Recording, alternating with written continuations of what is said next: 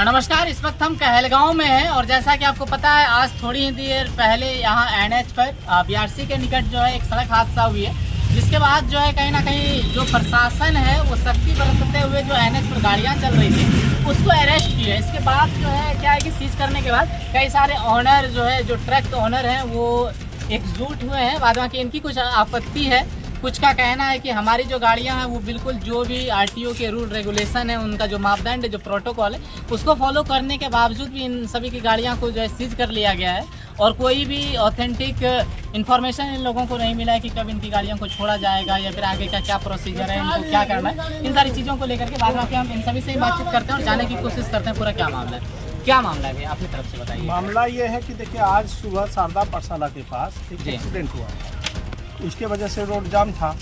प्रशासन लोग आकर के उसको 9 साढ़े 9 बजे के करीब जाम को हटाया।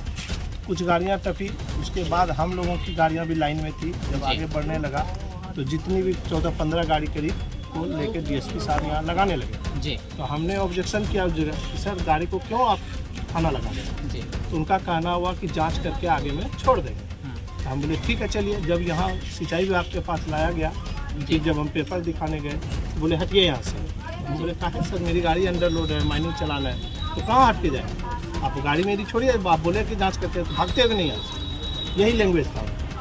उसके बाद बोले जाओ DTO के पास, वहाँ से रिलीज करा के लाओ तब हम गाड़ी चलाएंगे। हम बोले सर गाड़ी अंडर लोड है तो रिलीज क्या कराएंगे? अन्ना आपको हमको सीजर दिए, विदाउट सीजर हम कैसे जाएंगे? तो मनमानी ढंग से उन्होंने सारी गाड़ी को लगा दिया है। यहाँ गाड़ी आपके सामने है, आप भी उसको देख सकते हैं, पेपर आपको सही कम कर दिया है। आपके पास अभी कितनी गाड़ियां हैं जिसका आपके पास काटा? 4 गाड़ी, चारों 22 चक्का है।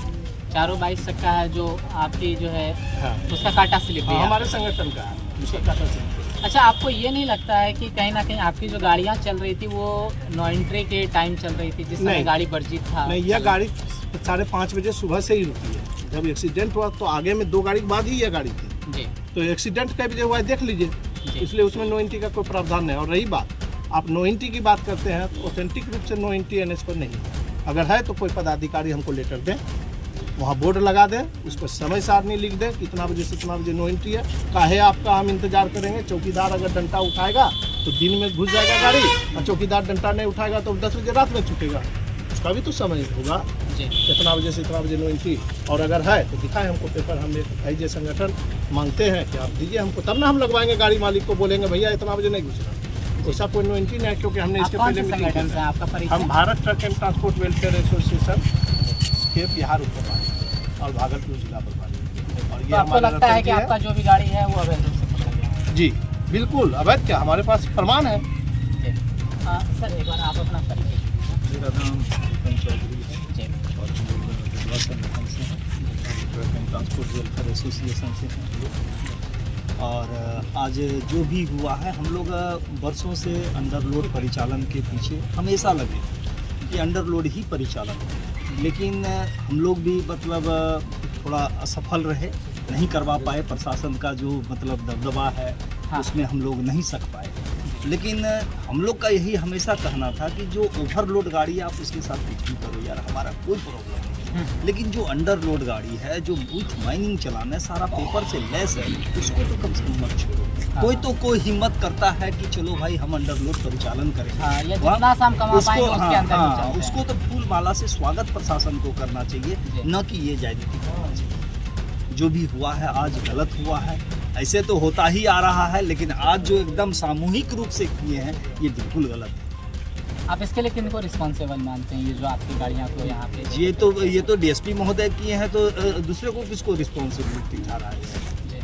जब वो खुद आके पकड़े, उन्हीं के आदेश पे हुआ और है। न तो वो मतलब कोई ये मतलब क्यों पकड़े हैं, क्या पेपर नहीं देखते हैं? जब आप पेपर नहीं देख रहे हैं फिर आपको पकड़ने का कोई राइट नहीं। स्लिप मिला आपको? कुछ नहीं मिला। सीजर स्लिप नहीं मिला? कुछ नहीं मिला। आपको क्या आश्वासन मिला? कब तक में गाड़ी छोड़ दी जाए? कोई आश्वासन नहीं है। गाड़ी छूटेगा कि नहीं छूटेगा कि क्या होगा, ये अभी तक हम लोग को कोई जानकारी नहीं है। लेकिन हम लोग डटे हुए हैं कि हमारा गाड़ी जेन्युइन है, सारा पेपर से लेस है, इसलिए हम लोग गाड़ी को छुड़ाएंगे। माइनिंग पदाधिकारी की इन्फॉर्मेशन मिला है कि वो आ रहे हैं। माइनिंग सर से बात हुई है? हाँ, हमारी बात हुई है। DTO के ऑफिसर से? नहीं, DTO से बातचीत नहीं हुई है। तो माइनिंग देखेगा ना, कि भाई काटा कराएगा, देख लेगा नॉर्मल है और माइनिंग चलान है, तो फिर और उसका कोई औचित्य बनता ही नहीं है कि इसको पकड़ लेगा।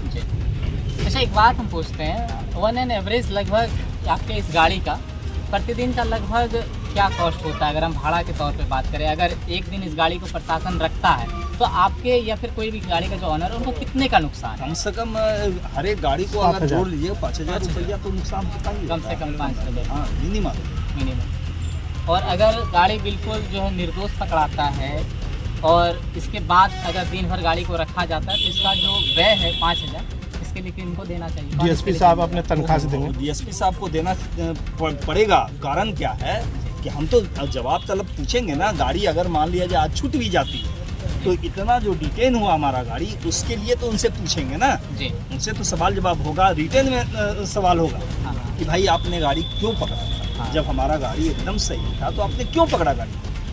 ये तो सवाल जवाब हो, तो रिटर्न में कल से इसका प्रक्रिया। और रही बात जब आपको नहीं है यह चीज़ जानने का कि यह गाड़ी ओवरलोड है अंडरलोड, तो पकड़ते क्यों? इसे पदाधिकारी को न लगाइए जिनको यह जानकारी हो कि यह सही है या गलत है। बस आपको राइट दे दिया गया, आपको जानकारी नहीं है, आप गाड़ी पकड़ पकड़ के लगाते जाइए। तो शरीफों को लगा दीजिए, चोरों को लगा दीजिए, क्रिमिनलों को लगा दीजिए।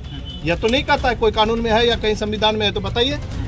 100 मुजरिम छूट जाए लेकिन एक बेगुनाह को सजा नहीं होनी चाहिए। और यहाँ तो खाली बेगुनाह को सजा दिया जा रहा है और मुजरिम तो एकदम खुलेआम जा रहा है, नो एंट्री क्योंकि वहाँ माल जाता है, तरह तरह माल जाता है, इसीलिए चलता है। नो एंट्री हम लोग से छिपा हुआ नहीं है, हम लोग के पास तो रोज का खबर आता है ना।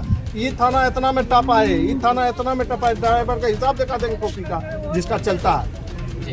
आप ये कुछ बोल रहे थे कि जो नो एंट्री लोग चिल्ला रहे हैं। आज से 2-3 साल पहले नो एंट्री बेधक एकदम रातों रात सब जगह से बैरियर हटा लिया गया था। वो हम लोग अपना कार्रवाई आरटीआई के तहत किए थे।